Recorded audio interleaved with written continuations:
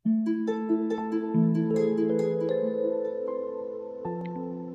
का audio session है सूचनाएं सोच को कैसे प्रभावित करती है, how information affects our thought.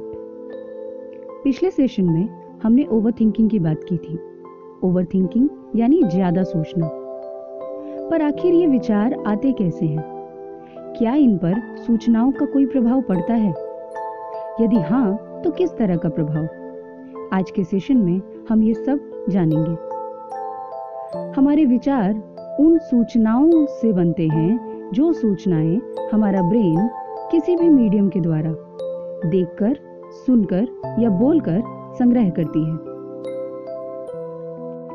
चलिए मान लीजिए कि हमें 2 सूचनाएं मिली हैं। अब ये हमारा दिमाग तय करेगा कि उसे किस सूचना पर फोकस करना है। ये सूचना ही विचार यानी थॉट्स के रूप में हमारे बिलीफ सिस्टम में बैठ जाती है और फिर यही बिलीफ हमारी फीलिंग्स को पॉजिटिव या नेगेटिव रूप में प्रभावित करते हैं। आगे चलकर यही फीलिंग्स हमारा बिहेवियर तय करती है। यानी कि कुल मिलाकर हम कह सकते हैं कि हम जैसा सुनते हैं वैसी ही पर्सनालिटी वाले बन जाते हैं। चलिए इसे सिंपल करने के लिए एक एग्जाम्पल से समझने की कोशिश करते हैं। हाल ही में हमने एक दुखद आत्महत्या की घटना सुनी। इसे सुनकर हमारे दिमाग में एक थॉट क्रिएट हुआ। इस थॉट ने हमारे भीतर दुख और कंपैशन की फीलिंग को जन्म दिया। ये फीलिंग अब हमारे भीतर एक नया बिहेवियर पैटर्न तय कर रही है। आपने देखा होगा कि हाल के कुछ दिनों से लोग एक दूसरे को बातें शेयर करने, दिल की बातें बताने के लिए कह रहे हैं, ताकि फिर कहीं ऐसी और कोई दुखद घटना ना हो सके। अपनों के प्रति हमारा ये कदम एक पॉजिटिव कदम है। पर क्या आपने ध्यान दिया कि ये कदम हम एक थॉट से प्रभावित होकर ले रहे हैं? इन सभी बातों को कहने का मेरा सीधा अर्थ सिर्फ ये है कि हम अपनी थॉट प्रोसेस को समझें और ये समझें कि हम जैसी इंफॉर्मेशन शेयर करते हैं वैसा ही प्रभाव हमारे मन मस्तिष्क पर पड़ता है।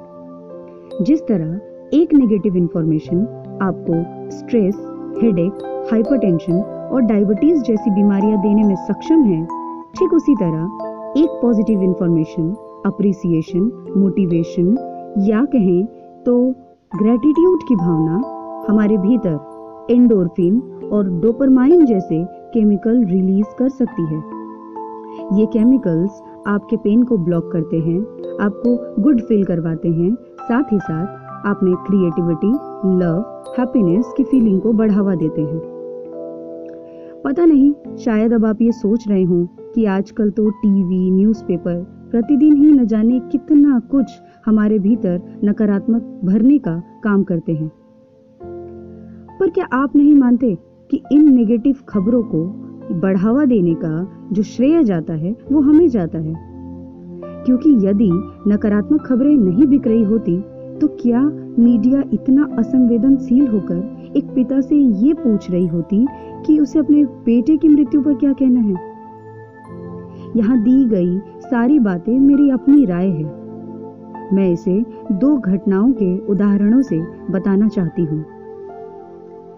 करीब 2 दिन पहले अखबार में एक ऐसी अमानवीय घटना छपी जो काफी दर्दनाक थी।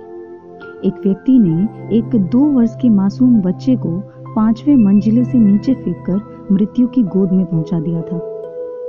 ये घटना जितनी दर्दनाक है उससे भी ज्यादा शर्मनाक है इस घटना को चटकारे लेकर और बड़े बड़े हेडलाइंस में परोसा जाना। लगातार 2 दिनों तक बच्चे के माता पिता का साक्षात्कार हेडलाइंस के रूप में छपता रहा। अब लोग ये जानना चाहते हैं कि वो व्यक्ति कौन था, कहां से था, मानसिक रोगी था क्या, किस जाति का था, ताकि लोग इससे और बातें बना सकें। ठीक उसी दिन अखबार के एक छोटे से कोने में एक बहुत सकारात्मक खबर छपी, जिस पे लिखा था कि एक औरत ने पहले कोरोना और उसके बाद कैंसर जैसी 2 बड़ी बीमारियों को मात देकर अपने घर वापसी की है।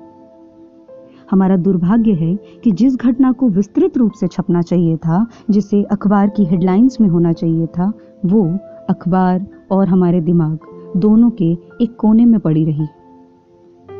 इस ऑडियो सेशन के माध्यम से मेरी सिर्फ एक कोशिश है कि हम ज़्यादा से ज़्यादा सकारात्मक विचारों, भावनाओं को एक दूसरे तक पहुंचाएं। ये मेरी विनती है कि आप अपने रिश्तेदारों, मित्रों और सभी सहयोगियों के साथ सिर्फ पॉजिटिव खबरें शेयर करें, ताकि यदि वो ओवरथिंक करना भी चाहें तो अच्छी बातों पर करें।